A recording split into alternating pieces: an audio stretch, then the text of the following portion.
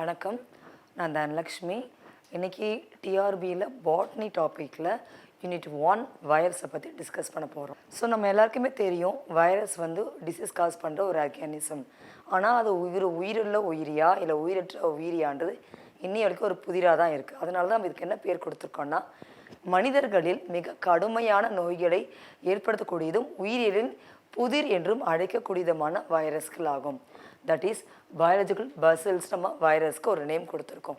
நமக்கு எல்லாருக்குமே தெரியும், வைரஸ்ன்றது எல்லா இடத்துலையும் இருக்குது. ஃபார் எக்ஸாம்பிள், இப்போ நம்மளோட பாடியில் இருக்குது, இன்டர்னல் பாடிக்குள்ளே இருக்குது, நம்ம கையில், காலில், ஈவன் நம்ம இருக்கிற இடத்துல இருக்கோம், தண்ணியில், குளத்தில், ஓஷனில்.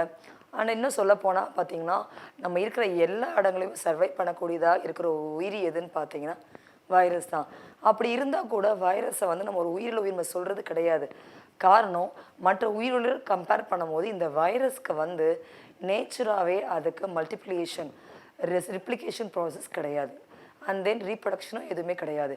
வெளியே இருக்கும்போது உயிரற்றதாக இருக்கும். ஆனால் ஒரு ஹோஸ்ட் ஆர்கனிசம் ஒரு ஓம்புயிர்க்குள்ளே போகும்போது, ஒரு ஒட்டுணிக்குள்ளே ஒட்டுணியாக அது ஒரு உயிருக்குள்ளே இல்லை என்ட்ரி ஆகும்போது என்ன ஆகும்னா, தனக்கான உயிர்த்தன்மையை பெற்றுக்கொள்ளும். ஸோ வைரஸை பற்றி நம்ம பார்க்குறதுக்கு முன்னாடி முதல்ல அது என்ன டாக்ஸானமிக் கிளாசிஃபிகேஷனில் வருதுன்னு தெரிஞ்சுக்கணும்.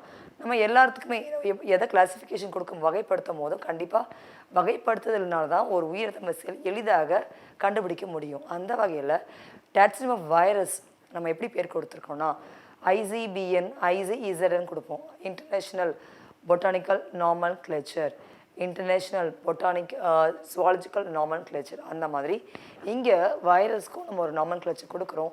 அது என்ன நேம்னு பார்த்தீங்கன்னா, international committee on taxonomy of viruses. So நம்ம வைரஸை வந்து எல்லா 5 கிங்டம் இருக்குது நமக்கு. ஒரு animal kingdom, protista kingdom, and then fungal kingdom, monera kingdom. ஆனால் இந்த எந்த கிங்டத்தையும் வராத ஒரு உயிரி எதுன்னு பார்த்தீங்கன்னா virus. International committee on taxonomy of virus, ICT norms படி வைரஸை நம்ம கிளாஸிஃபை பண்ணும்போது ஆர்டரில் உங்களுக்கு தெரியும், ஆர்டர்னால ALEஸில் முடியணும். Virales and family, viridae, sub family, virinae, genus, virus and species. It's virus. முதல்ல இந்த வார்த்தை எதுலேருந்து வந்துருன்னு தெரியும். It comes from the Latin word.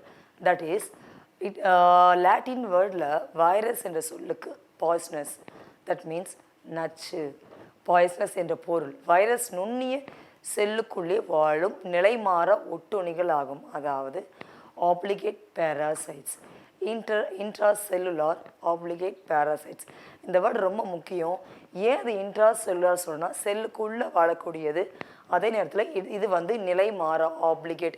எந்த நிலையிலுமே கண்டிப்பாக அது உயிருள்ள ஒரு செல்லை மட்டும் இருக்கும்போது மட்டும்தான் உயிர்த்தன்மையை பெறும். உயிருள்ளா செல், அதாவது வெளியே இருக்கும்போது அது உயிர்த்தன்மை இல்லாமல் தான் இருக்கும். அதனால தான் வைரஸை என்ன சொல்கிறாங்கன்னா, இது ஒரு நுண்ணிய செல்லுக்குள்ளே உயிர் வாழக்கூடிய, செல்லுக்குள்ளே நுழையும் போது அது உயிர்ப்பு தன்மை பெற்றுக்கொள்ளுதான் இருக்கும். அதனால் இதை நிலைமாற ஒட்டுணி என்று அழைக்கப்படுகிறது. பொதுவாக இந்த வைரஸை நமக்கு தெரிஞ்சுக்க வேண்டிய ஒரு விஷயம், இதில் வந்து DNA அண்ட் RNA 2 வகையான நியூக்ளிக் அமிலங்கள் உள்ளது. DNA நியூக்ளிக் அமிலம் அண்ட் RNA நியூக்ளிக் அமிலம் உள்ளது. இந்த DNA RNA என்பது மனிதர்களுக்கு மற்றும் பிளான்ட்ஸ்க்கு டிசீஸ் காஸ் பண்ணதாக இருக்கும். ஆனால் மோஸ்ட்லி பிளான்ட்ஸ்க்கு டிசீஸ் காஸ் பண்ணுற வைரஸ் எல்லாமே RNA நியூக்ளிக் ஆசிட் தான் இருக்கும். அனிமல்ஸ் அண்ட் ஹியூமன் பீயிங்ஸ்க்கு டிசீஸ் காஸ் பண்ணுற வைரஸ் எல்லாமே DNA வைரஸை தான் இருக்கும். நான் ஆல்ரெடி உங்களுக்கு சொன்னது தான், it's what's sub microscope obligate intracellular parasitic organism, and we must know it. Who discovered and who first crystallization about this virus? இந்த வைரஸை ஃபர்ஸ்ட் டைம் கிறிஸ்டலைஸ் பண்ணது யாருன்னா WM ஸ்டான்லி. அவர் அமெரிக்காவை சார்ந்தவர். அமெரிக்க விஞ்ஞானியான இவர் 1935ஆம் ஆண்டு நோயுற்ற புகையிலை சாற்றிலிருந்து, தட் இஸ் அ செல் சாப், நோயுற்ற புகையிலை சாற்றிலிருந்து வைரஸ்களை படிக்கப்படுத்தினார். First time he only crystallized the virus. What is exactly about crystallization? You know one thing, ஜென்ரலாக எந்த ஒரு செல்லையுமே நம்மளால் வந்து படிக்கப்படுத்த முடியாது. அதாவது கிறிஸ்டலைசேஷன் பண்ண முடியாது. ஆனால் இது ஒரு உயிரற்ற காரணியாக இருக்கிறதுனால அது ஒரு உயிருள்ள உடம்பில் இருக்கும்பொழுது அது உயிர்த்தன்மை பெறுகிறது. ஆனால் வெளியே இருக்கும்போது ஒரு உயிர்த்தன்மை அற்று இருக்கிறதுனால நம்மளால் இது எளிதாக என்ன பண்ண முடியும்னா கிறிஸ்டலைசேஷன் பண்ண முடிய காரணம் இதில் இருக்க புரோட்டீன் கோட் புரத அமைப்பு. ஸோ 1946ஆம் ஆண்டு வேதியியல் பிரிவிற்கான நோபல் பரிசு டாக்டர் ஜேஹெச் நார்த்ராப் அவரோட சேர்ந்து டபிள்யூஎம் ஸ்டான்லியும் நோபல் பிரைஸை வாங்கினார். எதுக்காகனா வைரஸை படிகப்படுத்துனதுக்காக வாங்கினார். அண்ட் என்ன ஒரு மைல்ஸ்டோன் வைராலஜியை பொறுத்த வரைக்கும், அதாவது வைரஸை பற்றி படிக்கிற அந்த ஸ்டடிக்கு இப்போ நம்ம கொடுக்குற நேம் தான் virology. Milestones in virology. First time 1796 Edward Jenner used vaccination தடுப்பூசியை பயன்படுத்தினார் for smallpox. And 1886 Adolf Meyer demonstrated the infectious nature of tobacco mosaic virus, that is புகழை தேமல் வைரஸை பற்றி முதல்ல டெமான்ஸ்ட்ரேட் பண்ணது யாருன்னு பார்த்தீங்கன்னா அடால்ஃப் மேயர். ஸோ எக்ஸாம் பாயிண்டரில் என்ன கேட்பாங்கன்னா தடுப்பூசியை முதல்ல உருவாக்குனது யார் இந்த ஸ்மால் பாக்ஸுக்காக எங்கெனஸ்ட் யாருன்னா Edward genre. And tobacco mosaic virus SAP which present in the tobacco leaf அதை உங்களை டெமான்ஸ்ட்ரேட் பண்ணி சொன்னது யாருன்னு பார்த்தீங்கன்னா that is Adolf Mayer. And W Beijerinck இவர் தான் வைரஸ் ஒரு இன்ஃபெக்ஷியஸ் ஏஜென்ட் அப்படின்னு சொன்னார். அதுக்கு காண்டேஜியம் விவியம் ஃப்ளூயிட் அப்படின்ற ஒரு வேர்டை கொடுத்தாரு. அது ஒரு சின்ன ஒரு நீர்மத்தன்மையில் கூழ்மத்தன்மையில் இருக்கும்னு சொன்னது யாருன்னா பென்ஜனிக். அவர் சொன்ன வருஷம் 1898. ஸோ நான் உங்களுக்கு அப்படியே சொன்னது தான் எட்வர்ட் ஜெனர் தடுப்பூசியை பார்த்தீங்க முதல்ல கண்டுபிடிச்சார். பெரியம்மைக்கு ஸ்மால் பார்ட்ஸுக்கு அகெனஸ்ட் தடுப்பூசியை முதல்ல கண்டுபிடிச்சது Edward Jenner. I already discussed. Dmitri Ivanovsky bacterial சீரியது, அதாவது பாக்டீரியாவை விட வைரஸ்கள் ரொம்ப சீரியதுன்னு சொன்னது யாருன்னு பார்த்தீங்கன்னா டிமிட்ரி யோனாஸ்கி. அவர் தான் வைரஸ்கள் ரொம்ப சீரியது என்று சொன்னார். அதுக்கப்புறம் பார்த்தீங்கன்னா பென்ஜனிக். நான் உங்களோட டிஸ்கஸ் பண்ணது தான் தொற்றுத்தன்மை வாய்ந்த உயிருள்ள திரவம். அது என்ன தொற்றுத்தன்மை வாய்ந்த உயிருள்ள திரவம்? இது என்னன்னா இந்த வைரஸ் சும்மா இருக்காது. அது ஃப்ளூயிட் ரீஜனில் அந்த பிளான்ட்டோடைய செல்லுக்குள்ளே இருக்கும். இப்போ ஃபார் எக்ஸாம்பிள் ஒரு ஆப்பிட்ஸோ ஒரு லொகோஸ்டாவோ ஏதோ ஒரு பூச்சி பார்த்தீங்கன்னா அந்த இலையை சாப்பிடுது. லார்வல் ஸ்டேஜில் இருக்கும்போது அந்த இலையை சாப்பிடும்போது அந்த இலையில் இருக்கிற அந்த சாறு தொற்றுத்தன்மை வாய்ந்த உயிருள்ள திரவம்னு சொல்கிறோம் பார்த்தீங்களா.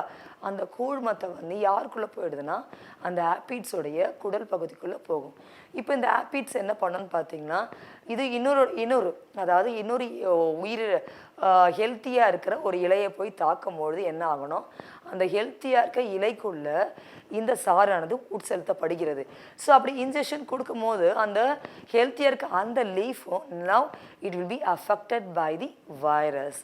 ஸோ அதனால தான் என்ன சொல்கிறேன், ஒரு சாறு மூலியமாக ஒரு திரவம் மூலியமாக இந்த வைரஸ் ஒரு ஹெல்த்தி லீஃபுக்கும் ஸ்ப்ரெட் ஆகிறதுனால இதுக்கு என்ன நேம் கொடுத்துட்டான்னா தொற்றுத்தன்மை வாய்ந்த உயிருள்ள திரவம் காண்டஜியம் வெவியம் ஃப்ளூயிடம் என்று அழைக்கப்படுகிறது. அந்த பேரை கொடுத்தது யாருன்னா பென்ஜனிக். எந்த வருடம் அதை கண்டுபிடிச்சாருன்னு பார்த்தீங்கன்னா 1898. நம்ம இது வரைக்கும் பார்த்துட்டு இருக்க ஒவ்வொரு அறிவியல் அறிஞரோட நேம் அது மட்டும் இல்லாமல் அவங்க எந்த வருஷம் அதை கண்டுபிடிச்சாங்க, அதை பற்றி விவரமாக வெளிப்படுத்தியிருக்காங்க.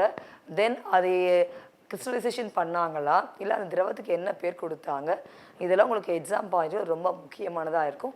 நீங்கள் இதை எப்படி ஞாபகம் வச்சுக்கணும்னு பார்த்தீங்கன்னா 1 by 1 யார் வைரஸை முதல்ல கண்டுபிடிச்சாங்க, தென் வைரஸ் ஒரு திரவம்னு சொன்னது யார், டொபாக்கோ மொசைக் வைரஸை முதல்ல பார்த்தது யார், தேம்பல் நோயை டெமான்ஸ்ட்ரேட் பண்ணது யார், இப்படி தான் உங்களுக்கு கேள்விகள் அதிகமானதாக கேட்கக்கூடியதாக இருக்கும். அடுத்தது எட்வர்ட். நம்ம ஆல்ரெடி சொன்னோம் பாக்டீரியாக்களின் வைரஸ் தொற்றுதலை கண்டறிந்தார். That is what FW toward. Please understand this one. 1915 அதாவது W டுவார்ட் என்ன பண்ணாருன்னு பார்த்தீங்கன்னா பாக்டீரியாக்களின் வைரஸ் தொற்றுதலை உருவாக்கும் என்பதை கண்டுபிடிச்சது யாருன்னு பார்த்தீங்கன்னா அந்த டுவார்ட் தான். ஸோ ஹெர்லி ரொம்ப முக்கியமான ஒரு சயின்டிஸ்ட் நம்ம சொல்லலாம். 1917 ஹெர்லி பாக்டீரியா பேச்சுன்னு சொல்லி பயன்படுத்தினார். ஏன்னா நமக்கு தெரியும் இந்த வைரஸ் எல்லா உயிரினத்தையுமே தாக்கக்கூடியதாக இருக்குது. பொதுவாக இந்த வைரஸ் எல்லா உயிரினத்துக்குமே நோயை ஏற்படுத்துகிறது. ரொம்ப சின்னது, ரொம்ப ரொம்ப சின்னது. நேனோமீட்டர் லெவலில் இருக்கிறது யாருன்னா இந்த வைரஸ் தான். பாக்டீரியா விட ரொம்ப சின்னது. இந்த உலகத்தில் எவ்வளவோ உயிரினங்கள் இருக்குது. For example if you take like பயோடைவர்சிட்டியை பொறுத்த வரைக்கும் like a plants, you know, now in the world வந்து different types of plants இருக்கு. like evergreen plant, desert இருக்கு, and then you know about desert forest, evergreen forest, rain forest. so இது எல்லாமே என்னன்னா different types of biodiversity. எல்லா diversity எவ்வளோ population of organisms இருந்தாலுமே அதோட கம்பேர் பண்ணும்போது இதோட பாப்புலேஷன்ஸ் வெரி ஹியூஜ் அமௌண்ட். இதோட population very huge amount compared to the any other organism which present in this earth. so in the virus particularly ஏன் bacteria page பற்றி நம்ம பார்க்கணும்னா this bacteria page I already said about bacteria page. ஒரு virus எப்போ ஒரு bacteria போய் தாக்கி நோயை ஏற்படுத்தி அந்த பாக்டீரியா அழிக்கக்கூடியதோ அப்போ அந்த பாக்டீரியா கொடுக்குற பேர் தான் பாக்டீரியா பேஜ். இந்த பாக்டீரியா பேஜ் வைரஸ் வந்து மனிதர்களுக்கு நோயை ஏற்படுத்தாது, ஆனால் பாக்டீரியாவுக்கு மட்டும்தான் நோயை தரக்கூடியதாக இருக்கும். இந்த வைரஸ் வேறு எந்த உயிரினத்துக்குமே நோயை ஏற்படுத்தாது. பட் இந்த வைரஸ் பாக்டீரியா மட்டும்தான் அழிக்கக்கூடியதாக இருக்கிறதுனால இதுக்கு நம்ம கொடுக்குற பேர் தான் bacteria page virus. And remember one thing, இது வந்து நமக்கு ஹியூமன் பீயிங்ஸ் எந்த டிசீஸுமே காஸ் பண்ணாதனால இதுக்கு நம்ம ஃப்ரெண்ட்லி வைரஸ். நமக்கு தெரியும் மோஸ்ட் ஆஃப் தி வைரஸ் வந்து டிசீஸ் தான் காஸ் பண்ணுதுன்னு நமக்கு தெரியும். ஆனால் இந்த வைரஸ் அப்படி கிடையாது. இந்த வைரஸ் வந்து நமக்கு ஒரு ஃப்ரெண்டு மாதிரி. இது வந்து நமக்கு ஒரு பேஜ் தெரப்பியில் நமக்கு யூஸ் ஆகுது. நம்மளுடைய நிறைய டிசீஸை க்யூர் பண்ணுறதுக்கு இந்த bacteria phage virus are used. Just remember, one way in the bacteria phage virus cause the disease to the bacteria, but in another way the same virus it's useful to the human beings and it cures the disease also by the phage therapy method. so this is very important milestone in the research industry to give the so much of curable disease in the human body.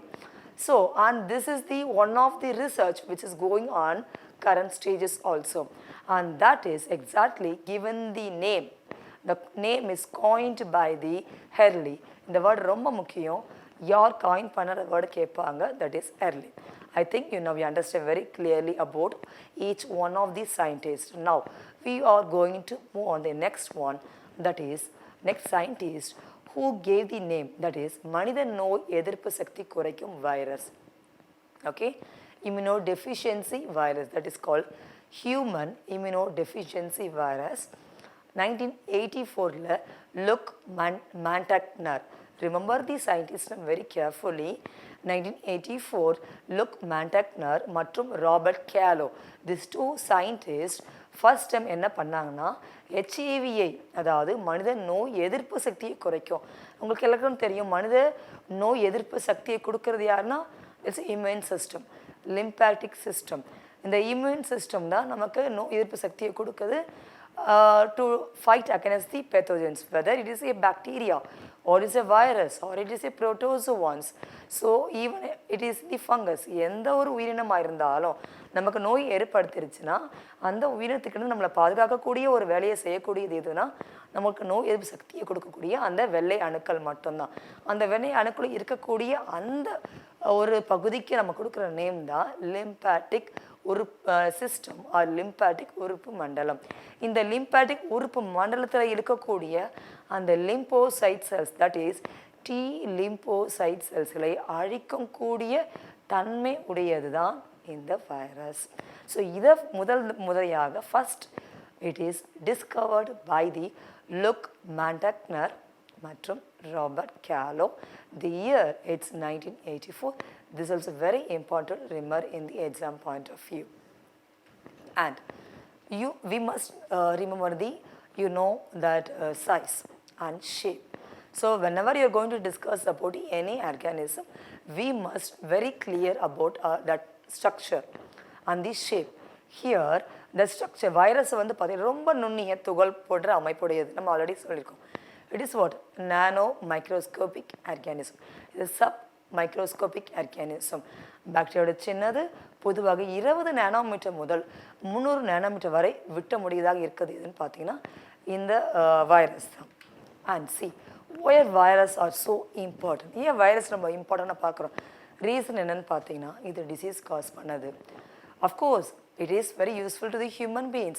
We are using this virus as a vector. At the meantime, it causes so much disease to all the living organisms, start from the bacteria and other animals like cow, dog, everything, and human being especially. It causes the disease to the human beings, and even it leads to death also.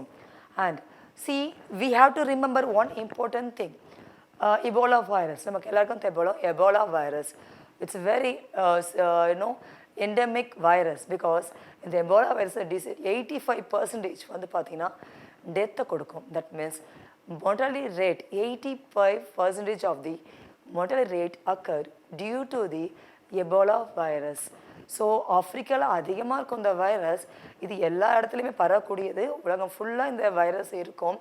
So இருக்கிற வைரஸ்லேயே fast acting ஒரு virus எதுன்னு பார்த்தீங்கன்னா this Ebola virus which can have the mortality rate more than the 85%. Very important, you have to remember.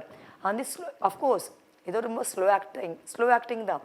ரொம்ப மெல்லமாக தான் நம்ம உடம்புல entry ஆகிட்டு செயல்படும். அதே நேரத்தில் டெத்தை கொடுக்கக்கூடியதாக இருக்கும். ஹெச்ஐவி எந்த அளவுக்கு ஒரு ஸ்லோவாக இருந்து நமக்கு டெத்தை கொடுக்குதோ அதே மாதிரி இந்த எபோலா வைரஸோ ஸ்லோ ப்ராசஸாக நம்ம பாடியில் இனாக்குலேட் பண்ணி ஃபைனலாக டெத்தை கொடுக்கக்கூடியதாக இருக்கிறது இந்த Ebola virus. And immunodeficiency virus which caused by the retrovirus, and the name we are giving AIDS, acquired immunodeficiency syndrome. Clear? And this virus, it's caused by the rhino. One thing, the retrovirus which caused the HIV disease. So காமனாக நமக்கு கோல்டெல்லாம் வரும், நல்லாவே உங்களுக்கு தெரியும்.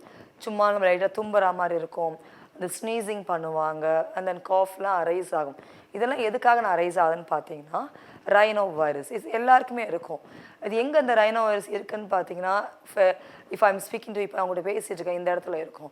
And here if நீங்கள் சாப்பிடும் போதோ இல்லை நீங்கள் வெளியே எங்கேயாவது போகிறீங்கனாலும் இல்லை உங்கள் புக்ஸில் இல்லை டஸ்ட் பார்ட்டிகல்ஸ் எவ்ரிவேர் அட்மாஸ்பியர் நம்ம சரௌண்டிங்ஸாக எல்லா இடத்துலையும் இருக்கக்கூடிய ஒரு ஜென்ரலாக இருக்கக்கூடிய வைரஸ் எதுன்னு பார்த்தீங்கன்னா இந்த ரைனோ வைரஸ் தான். ஸோ இந்த ரைனோ வைரஸ் வந்து லங்ஸ்குள்ளே போகாது. Compared to the other virus இந்த ரைனோ வைரஸ் நம்ம லங்ஸ்குள்ளே போகாது. இது எக்ஸாக்டாக நோஸ் வழியாக போய் நம்ம ஃபேர்னிட்ஸ் நமக்கு வந்து ஒரு டைஜஸ்டிவ் பார்ட்டுன்னு எடுக்கும் போது ஃபஸ்ட்டு மவுத் தான் ஃபர்ஸ்ட் டைஜஸ்டிவ் பார்ட். அதே மாதிரி ரெஸ்பிரேட்டரி சிஸ்டம் எடுக்கும் போது நோஸ் தான். நோஸ்லேருந்து ஃபேர்னிக்ஸ் போகும். ஃபேர்னிக்ஸ் வந்து it's a common pathway for what respiratory system as well as the digestive system, that you know very well. So இந்த ரெஸ்பிரேட்டரி பாத்வேன்னு சொல்கிற நோஸ்லேருந்து நேசல் சேம்பருக்கு போகும். நேசல் சேம்பர்லேருந்து ஃபேர்னிக்ஸ் போகும். ஃபேர்னிக்ஸ்லேருந்து உங்களுக்கு லேர்னிக்ஸ் போகும். லேர்னிக்ஸ்லேருந்து ட்ரக்கியன்னு சொல்லும் போது காற்று குழல் ட்ரக்கியக்கு போகும்.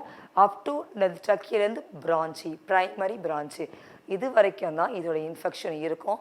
இந்த ரைனோ வைரஸ் இன்ஃபெக்ஷன் இந்த ரைனோ வைரஸால் அதுக்கு மேலே உள்ள செகண்டரி பிரான்ச்சின்றது லங்ஸ்குள்ளே இருக்கும். அண்ட் டெர்ஷியரி பிரான்ச்சி லங்ஸ்குள்ளே இருக்கும். பிரான்ச்சியோல் அண்ட் ஆல்வியோலை தட் இஸ் காற்றுப்பைகள் இது எல்லாமே லங்ஸ்குள்ளே இருக்கும். இந்த லங்ஸ்குள்ளே இந்த ரைனோஸ் உள்ள என்ட்ரி ஆகாது. ஜஸ்ட் ஒரு 3 or 4 days மட்டும் இதோட இன்ஃபெக்ஷன் இருக்கும். ஆஃப்டர் தட் இது வந்து அதோட இன்ஆக்டிவாக மாறும். Because our body immunity system fight against the pathogen and completely destroy the virus. So now we are discussing what நம்ம ஆல்ரெடி சொன்னோம் என்னென்னா ஒரு வைரஸை பொறுத்தவரை ரொம்ப முக்கிய ஞாபகம் வச்சுக்கணும். ஏன்னா எல்லா வைரஸுமே ஒரே சைஸில் இருக்க போகிறதில்ல. ஒவ்வொரு வைரஸும் பார்த்தீங்கன்னா ஒரு சைஸில் இருக்கும். For example if will take bacteria page அதோடைய சைஸ் வந்து பார்த்தீங்கன்னா it's what 225 nanometer. It's more. And if you take like adenovirus, it's a 90 nanometer.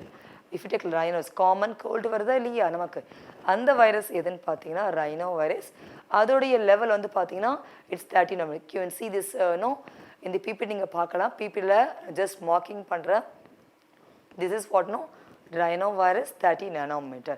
And this tobacco mosaic virus, bacteria page virus, see இந்த பிபிடியில் பாருங்கள் bacteria page virus பார்த்தா 24 nanometer. Because நான் bacteria page virus சொல்லும் போது அது ஒன்றே ஒன்றும் இல்லை, hundreds of bacteriophage viruses are there. ஒவ்வொன்றும் அது ஒரு யூனிட்டில் நம்ம சொல்லுவோம். ஒவ்வொரு bacteriophage வைரஸும் பார்த்தீங்கன்னா உங்களுக்கு டிஃப்ரெண்ட் சைஸில் இருக்கும். ஃபார் எக்ஸாம்பிள் 2MS2ன்னு சொல்கிற ஒரு bacteriophage virus, bacteria lambda virus இருக்குது, பாக்டீரியா T4 பேஜ் வைரஸ் இருக்குது. அது மாதிரி நிறைய டிஃப்ரெண்ட் டைப்ஸ் ஆஃப் bacteriophage வைரஸஸ்லாம் இருக்குது. இது எல்லாமே டிஃப்ரெண்ட் சைஸஸ் தான் இருக்கும். ஸோ 24 நானோமீட்டரில் இருக்குது bacteriophage 2MS2 and rabies virus. Okay, that is 170 into 70 nanometer. Okay, then chlamydia elementary body in 300 nanometer more. The size it's more, it is present in the, that is what chlamydia elementary body. Okay, in the meantime we have to know about the RBC cell size also. You know, the plasma membrane size of the RBC cell, that is exactly 10 nanometer. You have to remember that one. 10 nanometer thickness, it's present in the RBC cell, that is ரத்த சிவப்பணுக்கள். So அதே நேரத்தில் உங்களுக்கு human செல்ஸோடைய overall நம்மளுடைய சைஸை பார்த்தா it is what 10,000 nanometer. That is also you have to remember it. So நான் உங்களுக்கு already சொன்னதான், ஒரு வைரஸ் வந்து நம்ம 3 வகையில் பிரிக்கலாம். அதோடைய வடிவத்தை, அதோட சீரமைப்பு, சிமெண்ட்ரி. சீரமைப்புனா சிமெண்ட்ரி, வடிவம், ஷேப், கனசதுர வடிவம், கியூபாய்டல் சிமெண்ட்ரி. அதுக்கு எக்ஸாம்பிள் பார்த்தா அடினோ வைரஸ், ஹெர்பஸ் வைரஸ் எல்லாம் எக்ஸாம்பிள் நம்ம சொல்லலாம். தென் சுருள் வடிவம், helical virus. So helical symmetry, influenza virus, tobacco mosaic virus, these are the virus. So it's a helical symmetry, that is சுருள் வடிவம், சுருள் வடிவத்தில் இருக்கக்கூடிய வைரஸ். 3 வகையான வடிவ அமைப்பில் இருக்கக்கூடிய வைரஸ் நம்ம பார்க்கும்போது, முதல் வடிவம் கனசதுர வடிவம், தட் இஸ் வாட் கியூபாய்டல். இரண்டாவது சுருள் வடிவம், அதாவது ஹெலிக்கல் சிமெண்ட்ரி. மூன்றாவது சிக்கலான அல்லது இயல்பற்ற வடிவம், that is complex structure. And example பார்த்தீங்கன்னா bacteria, otherwise call asymmetry, bacteriophage and vaccinia virus. These are the 3 types of symmetry. So complex or atypical symmetry. And here see this picture, you know, that's a in this PPT வந்து பார்த்தீங்கன்னா உங்களுக்கு diagram கொடுத்துருக்கேன். நீங்கள் diagram பார்த்தால ரொம்ப ஈஸியாக understand பண்ணிக்கலாம். இதுக்கு envelope உரை இருக்கா உரையற்றதான்னு சொல்கிறது. அடினோ வைரஸ், அதுக்கு என்ன fibers, that is called as what, நார் இருக்குது, அடினோ வைரஸ். And then புகழை தேமல் virus, tobacco mosaic virus.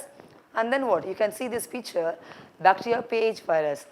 So இந்த புகழை தேமல் வைரஸ் சொல்கிறோம் பார்த்தீங்களா, இதுக்கு RNA இருக்குது. அது நம்ம பஞ்சி நிறையா செக்மெண்ட்ஸாக இருக்கும். ஒவ்வொரு செக்மெண்ட்ஸும் என்ன இருக்குன்னு பார்த்தீங்கன்னா நியூக்ளிக் ஆசிட்ஸ் இருக்கும், செப்பரேட்டாக இருக்கும். ஜென்ரலாக ஒரு இடத்துல மட்டும்தான் நியூக்ளிக் ஆசிட் இருக்குன்னு நம்ம சொல்லுவோம். பட் ஹியர் அப்படி கிடையாது. ஒவ்வொரு செக்மெண்ட்லுமே நியூக்ளிக் ஆசிட் இருக்கும். மேலே அந்த RNA லைக் அ காயில்டு, லைக் ஹெலிக்கல் ஷேப்பில் சுற்றிட்டு இருக்க மாதிரி இருக்கும். அது புகையிலை தேமல் வைரஸ். இந்த பிக்சரை பாருங்கள், அடினோ வைரஸில் வெளியே என்ன இருக்குன்னா ஃபைபர்ஸ் இருக்குது. ஓகே, அண்ட் ஹியர் சென்டரில் டிஎன்ஏ இருக்குது. அதை சுற்றி நமக்கு எனக்கு ப்ரோட்டீன் கோட்டுன்னு சொல்கிறோம் பார்த்தியா மாதிரி போகிறது அமைப்பினால் சூழப்பட்டுள்ளது கேப்சிட். ஹியர் ஒரு பாக்டீரியா பேஜ் நம்ம டிஸ்கிரைப் பண்ணும்போது எப்படி பண்ணுறோன்னா தலைப்பகுதி, கழுத்துப்பட்டை அண்ட் வால் பகுதி. ரொம்ப முக்கியம், ஞாபகம் வச்சுங்க. இந்த தலைப்பகுதியில் தான் யார் இருப்பாங்களா, நியூக்ளிக் ஆசிட் இருக்கும். யாருன்னா இந்த டிஎன்ஏ வைரஸ் இருக்கும். இந்த பிக்சரை பாருங்கள், தலைப்பகுதியில் உங்களுக்கு தலைப்பகுதி உட்பகுதியில் டிஎன்ஏ இருக்குது. டிஎன்ஏக்கு கீழே அந்த பகுதி நம்ம என்ன பேர் கொடுக்குறோன்னா கழுத்துப்பட்டை, காலர் இங்கிலீஷில் சொல்லுவோம். காலர் கீழே ஒரு டியூப் லைக் ஸ்ட்ரக்சர், அதாவது உங்களுக்கு உரை, அதாவது ப்ரோட்டீன் ஷீத் நம்ம இங்கிலீஷில் சொல்லுவோம். அந்த உரை, இந்த புரத உரை காணப்படும். அது வந்து பார்த்தீங்கன்னா ஒரு empty space, it's a empty டியூப்னு நம்ம சொல்லலாம். அதாவது வெற்றிட உரை தான். எதுக்காக இந்த வெற்றிட உரை இருக்குன்னா, இந்த டிஎன்ஏ வைரஸ் இந்த உரை வழியாக தான் வெளியே வந்து அந்த பாக்டீரியாவுடைய சைட்டோபிளாசம்ல என்ட்ரி ஆக போகுது. புரியுதுங்களா? அப்போது வைரஸோட தலைப்பகுதியில் இருக்கக்கூடிய அந்த நியூக்ளிக் ஆசிட் இந்த கழுத்துப்பட்டை பகுதி கீழே வந்து கழுத்துப்பட்டை கீழே இருக்கிற அந்த உரையின் வழியாக வெளியே வந்து ஃபைனலாக பாக்டீரியாவோட சைட்டில் நுழைய போகுது. இப்போ இந்த உரை சொன்ன பார்த்தீங்களா, இந்த ப்ரோட்டீன் ஷீட், அதுக்கு கீழே உங்களுக்கு என்ன இருக்குன்னு பார்த்தீங்கன்னா நிறைய உங்களுக்கு பிளேட்ஸ் இருக்கும். அடித்தட்டு, இதுக்கு பேர் அடித்தட்டு. ஸோ இந்த பிளேட் பகுதிக்கு மேலே நிறைய கால்கள் மாதிரி இருக்கும். அதாவதுன்னா இட்ஸ் அ டெய்ல். வால் fibre, that means what, tail fibres, அதாவது வால் நார்கள். இந்த வால் நார்களில் வந்து ஒரு ரிசப்டார்ஸ் இருக்கும். இந்த ரிசப்டார்ஸ் தான் எக்ஸாக்டாக எந்த பாக்டீரியாவில் போய் உங்களுக்கு கரெக்டாக அட்டாச் ஆகணுமோ அந்த பாக்டீரியாவில் போய் அட்டாச் பண்ண வைக்கும். ரிமெம்பர் ஒன் திங், எல்லா வால் நார் பகுதியிலையும், அதாவது டெய்ல் ஃபைபர்ஸில் ஒரு ப்ரோட்டீன் ரிசப்டார்ஸ் இருக்கும். இந்த ப்ரோட்டீன் ரிசப்டார்ஸ் அந்த பாக்டீரியா இருக்குது பார்த்தீங்களா, அந்த பாக்டீரியாவுடைய செல் வாலில் இருக்க ரிசப்டார்ஸில் போய் பைண்ட் பண்ணணும். ரொம்ப ஞாபகம் வச்சுக்கோங்க. எக்ஸாக்டாக இப்போ ஃபார் எக்ஸாம்பிள், இப்போ ஒரு ப்ளூ க்ரீன் ஆல்கே இருக்குன்னா கரெக்டாக அந்த ப்ளூ க்ரீன் ஆல்கேயோடைய ரிசப்டார்ஸில் போய் பைண்ட் ஆகிற பாக்டீரியா பேஜ் ரிசப்டார்ஸ் தான் போய் பைண்ட் பண்ண முடியும். வேற ஒரு பாக்டீரியா பேஜ் வைரஸ் போய் இந்த சைனோ பாக்டீரியாவில் போய் பைண்ட் பண்ண முடியாது. So virus are host specificity very important. அப்போ என்ன ஆகுதுன்னா, இப்போ இன்கேஸ் இந்த சைனோ பேஜ், ஏன் சைனோ பேஜ் நம்ம சொல்கிறோன்னா, particular virus which infect the cyano bacteria only, அந்த பேஜில் நம்ம கொடுக்குற அந்த வைரஸ் நம்ம கொடுக்குற பேர் தான் cyano pages. Because bacteria page நம்ம காமனாக கொடுத்துக்கிறோம். அந்த பாக்டீரியா பேஜ் வரிசை எல்லா பாக்டீரியாவுமே அது இன்ஃபெக்ட் பண்ணுது. இப்போ சைனோ பேஜஸ் நேம் கொடுத்தனா அந்த virus which infect only the blue green algae. அப்போ அந்த சைனோ பேஜஸ் இன்ஃபெக்ட் பண்ணுற அந்த வைரஸ் கண்டிப்பாக எப்படி இருக்கணுமா, ஸ்பெசிஃபிக் ரிசப்டார்ஸ் இருந்தால் மட்டும்தான் அது எக்ஸாக்டாக அந்த சைனோ பாக்டீரியாவுடைய செல் வாலில் போய் பைண்ட் பண்ண முடியும், தட் இஸ் அட்டாச் பண்ண முடியும். You understand? ஸோ இதே மாதிரி வைரஸ் வந்து உங்களுக்கு ஃபங்கஸையும் அட்டாக் பண்ணது நம்ம பார்க்குறோம். ஃபங்கஸ் அட்டாக் பண்ணுற அந்த பேஜ் வைரஸ் நம்ம கொடுக்குற பேர் தான் மைக்கோ பேஜஸ். ஸோ இதுவும் ஒரு ஸ்பெசிஃபிட்டி தான், இதுக்கும் ஸ்பெசிஃபிக் ரிசப்டார்ஸ் கண்டிப்பாக இருக்கணும். அதோடைய செல் வாலில் at the mean time tail ஃபைபர்ஸ்லையும் அந்த ப்ரோட்டீன் ரிசப்டார்ஸ் இருக்கணும். Now see, you can see this pictures, that is இந்த பிபிடியில் பார்த்தீங்கன்னா உங்களுக்கு டிஃப்ரெண்ட் டைப்ஸ் ஆஃப் பிக்சர்ஸ் நான் உங்களுக்கு காட்டியிருக்கேன். ஒன்று tobacco mosaic virus, adenovirus, influenza virus which cause the disease in human, and that is what membranes envelope. So membrane envelope and the T even bacteria page virus. வைரஸ்கள் பண்பு என்ன ரொம்ப முக்கியமானது. வைரஸ்க்கு என்ன இருக்குது, உட்கரு அமிலம் இருக்குது, அதாவது நியூக்ளிக் ஆசிட் இருக்குது, புரதம் புரோட்டீன் கோட் இருக்குது, திடீர் மாற்றம் அடையும் திறன். திடீர் மாற்றம் சொன்னால் மியூட்டேஷன். ஹியூமன் பீயிங்ஸ்க்கு உலகத்தில் எல்லா இன்னும் கண்டிப்பாக இருக்காது. Sudden change is called mutation. திடீர் ஒரு ஜீனில் ஏற்படக்கூடிய ஒரு மாற்றத்தை நம்ம மியூட்டேஷன் சொல்கிறோம். இந்த மியூட்டேஷன் அந்த வைரஸ்க்கு இருக்குது. உயிருள்ள செல்லில் மட்டும்தான் உயிர் வாழும். ஃபார் எக்ஸாம்பிள் இப்போ வெளியே இருக்குது, இப்போ நான் பேசிகிட்டு இருக்கேன்னா இந்த இடத்துல இந்த வைரஸ் இருக்குது, அது உயிரற்ற தன்மை. அப்போ எப்போ ஒரு ஓஸ்குள்ளே போகுது அப்போ என்ன ஆகிடும் பார்த்தீங்கன்னா, அது உயிருள்ள தன்மைக்கு தன்னை மாற்றிக்கொள்ளும் ஒரு கேப்பபிலிட்டி அந்த வைரஸ்க்கு இருக்குது. உறுத்துணர்வு உள்ளமை இருக்குது. குறிப்பிட்ட ஓம்புயிர் சார்பு பேராசைட்டிக்காகவும் அதால் ஆக்ட் ஆக முடியும். And see here show irritability and host specific. கரெக்டாக இந்த பாக்டீரியா இல்லை ஃபங்கஸ் ஆர் இந்த ஹியூமன் பேர் தான் அட்டாக் பண்ணணும். கண்டிப்பாக அந்த ஒரு உயிரினத்தை மட்டும் தான் போய் அது அட்டாக் பண்ணுறதா இருக்கும். அண்ட் சியர் ஏன் இதை நான் லிவிங் கேரக்டர்னு சொல்கிறேன்னா, இதுக்கு மெட்டபாலிக் ஆக்டிவிட்டி கிடையாது, வளர்ச்சிதை மாற்றம் எதுவுமே கிடையாது. ரீப்ரொடக்ஷன் பண்ணுறது பார்த்தீங்கன்னா உயிருள்ள ஒரு பாடியில் இருந்தால் மட்டும்தான் அதால் ரீப்ரொடக்ஷன் பண்ண முடியும். Then there is no enzymes at all. நொதிகள் இருந்தால் மட்டும்தான் உங்களுக்கு எல்லா மெட்டபாலிக் ரியாக்ஷன்ஸ் நடக்க முடியும். So there is no enzymes at all. இன்ஆக்டிவாக இருக்குது. ஏன் இதை வந்து நான் லிவிங் கேரக்டர் நம்ம சொல்கிறது முக்கியமான காரணம், வெளியே இருக்கும்போது இன்ஆக்டிவாக இருக்கும். ஒரு ஹோஸ்ட்குள்ளே ஒரு உயிரினத்துக்குள்ளே செல்லுக்குள்ளே போனதுக்கப்புறம் தான் அது உயிர்ப்புத்தன்மையை பெறுது. அதனால் நம்ம இதை என்னென்னா inactive outside the host. இதுவும் ஒரு முக்கிய காரணம் ஏன் அதை நான் லிவிங் கேரக்டர்னு சொல்கிறோம். So first we can crystallize this virus. எந்த ஒரு உயிரினத்தையுமே நம்மளால் கிறிஸ்டலைஸ் பண்ண முடியாது accept virus. And virus we can crystallize. The first reason we are saying it's a non-living character and its absence of metabolic activity. வளர்ச்சிதை மாற்றம் எதுவுமே கிடையாது. Inactive in the outside of the host and it does not have the main function. It use the host metabolic activities and it use the host to do all its process to produce its protein coat, even its own RNA virus also. And see, this is a typical structure of the virus. You can see the envelope protein. வெளியே பார்த்தீங்கன்னா ஒரு உரை இருக்கும் envelope protein. அந்த envelope protein எது மேலே இருக்குன்னு பார்த்தீங்கன்னா அந்த என்வலப் உரை மேலே இருக்கும். அதுக்குள்ளே உங்களுக்கு இருக்கிறதா நியூக்ளியோ கேப்சிட் சொல்லி சார் புரத உரை. So nuclear capsid, and the nuclear capsid made up of capsomere. Then what is capsomere? So நம்ம இந்த டாப்பிக்கில் வந்து பார்த்தீங்கன்னா up to generalise structure of வைரஸை பற்றி டிஸ்கஸ் பண்ணியிருக்கோம். கம்மிங் செஷனில் இதை எலாபரேட்டாக நம்ம பார்க்க போகிறோம். இது வரைக்கும் உங்களுக்கு எல்லாம் புரிஞ்சிருக்கும்னு நினைக்கிறேன். நெக்ஸ்ட் செஷனில் we will see the complete discussion of this virus. Thank you.